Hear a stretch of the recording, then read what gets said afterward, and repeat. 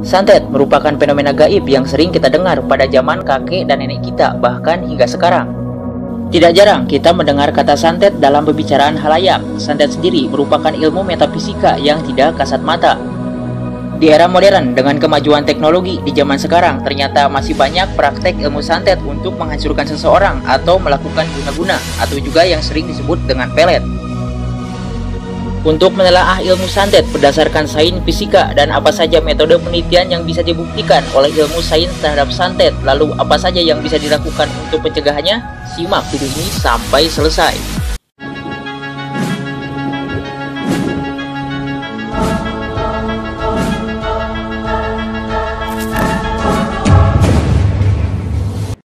Sebelum dilanjut, silahkan bantu like video ini dan jangan lupa subscribe channelnya juga, lalu aktifkan lonceng notifikasinya supaya kamu dapat pemberitahuan ketika kami mengupload video terbaru.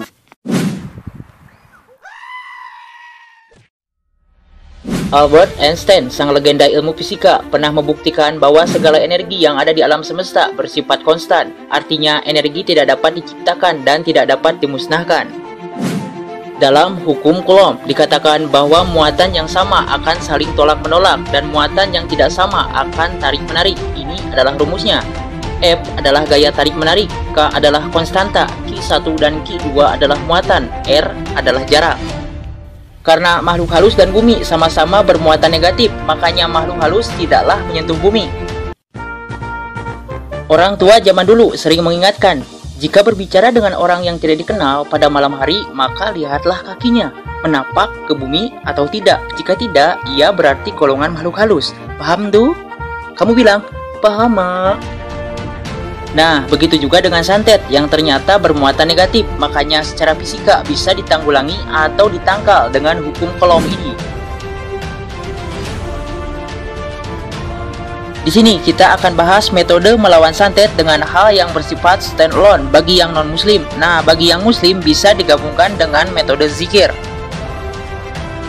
Pertama, cobalah tidur di lantai yang langsung menyentuh bumi dan boleh juga menggunakan alas tidur asal tebalnya tidak lebih dari 15 cm. Dengan tidur di lantai, maka santet akan kesulitan masuk karena terhalang muatan negatif dari bumi.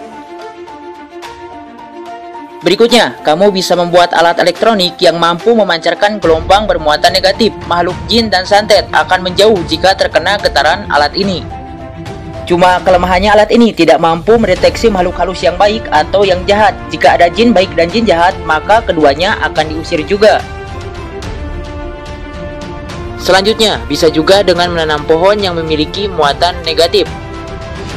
Bagi yang peka spiritual, aura tanaman ini akan terasa dingin. Pohon yang memiliki muatan negatif diantaranya pohon dadak, pacar air, bambu kuning, dan lain-lain.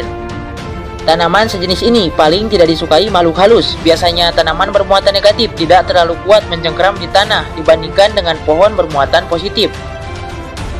Lain halnya dengan pohon yang memiliki muatan positif, seperti pohon asem, beringin, belimbing, kemuning, alas randu, dan lain-lain. Pohon sejenis ini akan menarik makhluk halus, bahkan dijadikan tempat tinggal. Hal ini dikarenakan adanya gaya tarik-menarik antara pohon yang positif dan makhluk halus yang negatif, sesuai dengan hukum Coulomb. Cara-cara barusan semuanya pasti akan kembali bergantung pada Tuhan yang Maha Pencipta. Yang harus kita lakukan adalah berserah diri pada Tuhan dan berdoa supaya terlindung dari segala mara bahaya. Kesimpulan, berdasarkan penelitian yang dilakukan oleh para peneliti yang mimin baca di Google tentunya, santet itu adalah energi. Lalu pertanyaannya, kenapa dalam kasus santet bisa masuk paku dan material besi lainnya? Itu semua bisa dijelaskan melalui materialisasi energi. Selain itu, ilmu santet dapat dicegah dengan prinsip ilmu sains fisika dan tentunya tidak terlepas dari kekuasaan Tuhan. Dan terakhir, sampai jumpa di video berikutnya.